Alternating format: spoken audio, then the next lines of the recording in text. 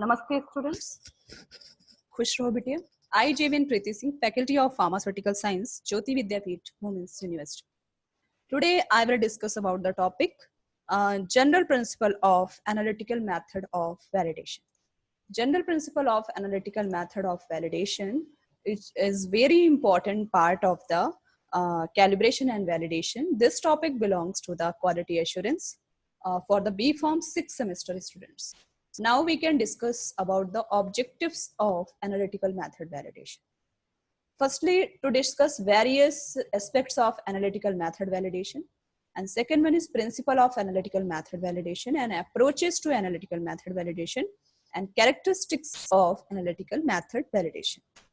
So now we come to the analytical method validation.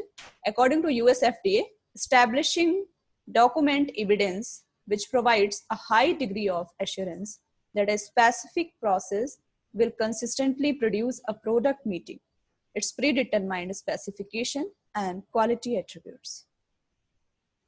WHO, documented act of providing that any procedure, process, equipment, material, activity or system actually leads to the expected result. Principle, guidelines present information on the characteristics to be considered. Manufacturers to demonstrate analytical procedure is suitable for its intended purpose. Validate analytical method, whether they indicate stability or not. Validated by R&D, research and development before being transferred to the quality control unit when appropriate. Analytical procedure to be validated, identification test, quantitative test for impurities contained, limit test for the control of impurities, quantitative test for the active moiety of a drug substance or drug product or other. Selected components in the drug product. Dissolution testing and determination of particle size. Now we come to the why validation in analytical validation. When should verification or revalidation be done? Changes in the process for synthesis of drug substance, changes in the composition of the finished product, changes in the analytical procedure, transfer of methods from one laboratory to another, changes in major pieces of equipment instrument, and extent depends on the nature of the change. Evidence of analyst proficiency. Documentation of validation. Protocol. Firstly, we discuss about the protocol, report, and justification needed. Protocol includes procedure and acceptance criteria, report, documented results, and justification needed when non-pharmacopoeial method are used. If pharmacopoeial method are available, justification to include data, example comparisons with the pharmacopoeial or other method, detailed standard test method. Now we come to the validation characteristics. Characteristics that should be considered during validation of analytical method include: first one is specificity, linearity, range, accuracy, precision, detection limit, and quantitation limit, robustness.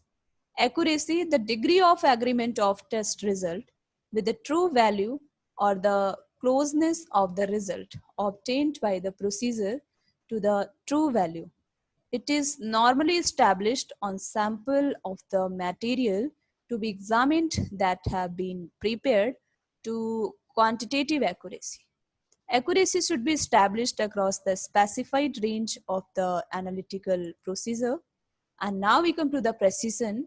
The precision of analytical procedure expresses the closeness of agreement between a series of measurements obtained from the multiple sampling of the same homogeneous sample under the prescribed condition. Repeatability, a minimum of 9 determination covering the specific range for the procedures.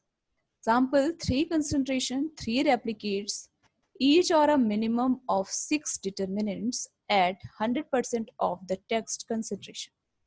Intermediate precision, within laboratory variations, usually at different days, different analysts, and different equipment. If reproducible is assessed, a measure of intermediate precision is not required. Reproducibility, precision between laboratory. Now we come to the robustness, the ability of procedure to provide analytical result of acceptable accuracy and precision under a variety of conditions. The result from separate sample are influenced by change in the operation or environmental condition. Uh, this is overall the robustness should be considered during the development phase. Now come to the next point, linearity. It indicates the ability to produce results that are directly proportional to the concentration of the analyte in the sample. A series of samples should be prepared in which the analyte concentrations span the claimed range of the procedure. If there is a linear relationship, test result should be evaluated by the appropriate statistical method. A minimum of 5 concentrations should be used. Range, it is an expression of the lowest and highest level of analyte that have been demonstrated to be determinable for the product. The specified range is normally derived from the linearity studies. Specificity, it is the ability to measure unequivocally the desired analyte in the presence of components such as excipients and impurities that may also be expected to be present. An investigation of specificity should be conducted during the validation of identification test, the determination of impurities, and assay. Now we come to the limit of detection. Limit of detection, it is the smallest quantity of analyte that can be detected and not necessary to determine in a quantitative fashion. Now we come to the quantitative limit of quantitation, LOQ. It is the lowest concentration of analyte in a sample that may be determined with acceptable accuracy and precision. So this is the complete session of the analytical method validation. It is a very important part of the quality assurance and quality control unit.